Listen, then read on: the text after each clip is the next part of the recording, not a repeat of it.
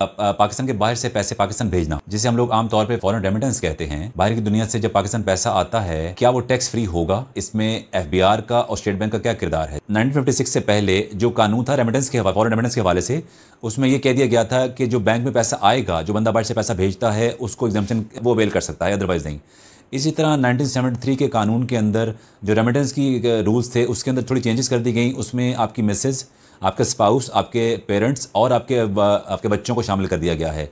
इसी तरह उसके बाद जो नया ऑर्डिनेंस 2001 आया है, इसमें मज़ीद रूल्स को वाज़ह किया गया है कि और मामला कैसे लेके चले जा सकते हैं। इस नए कानून के अंदर जो 2001 का है, इसमें 4 असूलों को शामिल कर दिया गया है। पहला असूल ये है कि जो पैसा पाकिस्तान से बाहर से आ रहा है वो फ़ॉरेन करेंसी होनी चाहिए।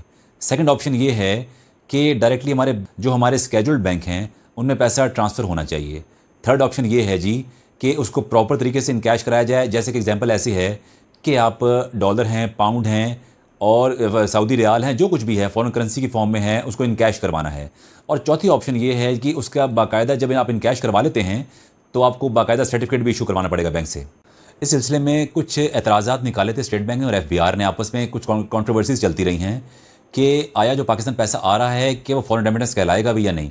अच्छा, थोड़ा सा मैं आपको उसका बैकग्राउंड बताता हूँ। यहाँ पे कुछ मामला कोर्ट के थ्रू भी चलते रहे हैं, लेकिन हुआ ये है फॉरेन रेमिटेंस को जो पाकिस्तान आ जाती है उस चीज़ को एक्सेप्ट कर लिया गया है। मैं यहाँ पे एक दो चीज़ें आपके साथ और मज़ीद कंफर्म करना चाहता हूँ कि जो सोर्सेज हैं पैसा आने के हवाले से, उसमें उन्होंने जो बैंक में ट्रांजैक्शन हो रही है वो भी, और उसके अलावा जो अदर सोर्सेज हैं जिस तरह आपके मनी ग्राम है और आपके वेस्टर्न यूनियन है या इस तरह के रिलेटेड जितनी भी क्या कहते हैं करेंसी एक्सचेंज कंपनीज़ हैं, उन सब को इन्होंने रेमिटेंस का पार्ट बना दिया है कि जो भी इनसे लेगा इन कैश करवाएगा पैसे और साथ सर्टिफिकेट इशू करवाएगा तो एक्सेप्ट होगा, अदरवाइज एक्सेप्ट नहीं होगा।